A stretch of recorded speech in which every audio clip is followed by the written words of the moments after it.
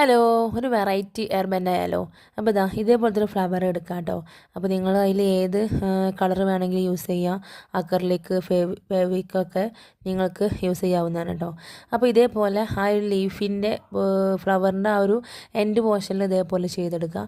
ഞാൻ ഇപ്പോൾ ഗോൾഡിലും റെഡിലുമാണ് ചെയ്തിട്ടുള്ളത് കേട്ടോ. ഇനി ഒരു ഹെയർ ബാൻഡ് എടുക്കുക, പിന്നെ ഗിയർ വയർ എടുക്കുക.